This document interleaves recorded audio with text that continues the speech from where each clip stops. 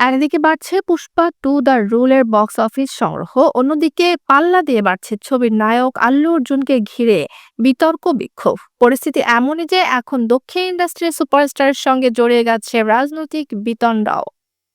রোববার আল্লু অর্জুনের হায়দ্রাবাদের জুবিলি হাউসের বাড়িতে বিক্ষোভ করে একদল মানুষ পাথর ছুঁড়েছেন। চিকিৎসাধীন কিশোর শ্রী তেজের জন্য বিচারের দাবিতে তারা ব্যানার ও পোস্টার নিয়ে জড়ো হয়েছিলেন। অল্লুর প্রাসাদোপম বাড়ির সামনে তার জবাবদিহি চেয়ে স্লোগান দিতে থাকেন। সেখান থেকে কাউকে কাউকে পাথর ছুঁড়তে দেখা গেছে।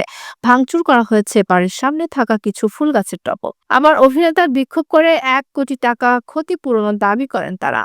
আল্লু অর্জুন সামাজিক যোগাযোগ মাধ্যম ইনস্টাগ্রামে নিজের ভক্তদের উদ্দেশ্যে বার্তা দিয়ে সবাইকে শান্ত থাকার অনুরোধ জানিয়েছিলেন।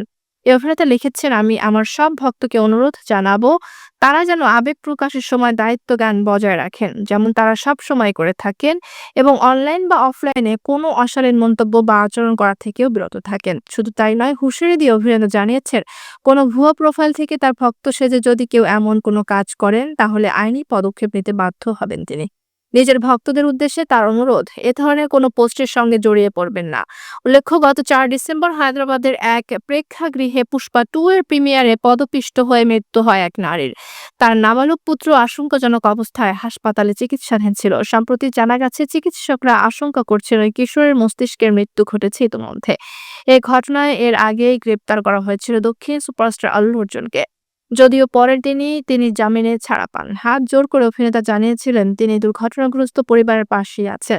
প্রয়োজনে গুরুতর আহত কিশোরের চিকিৎসার সব দায়ভার নিতেও প্রস্তুত। এরই মধ্যে গত শনিবার আল্লু দাবি করেন ওই ঘটনা নিয়ে একাধিক ভুল খবর ছড়িয়েছে।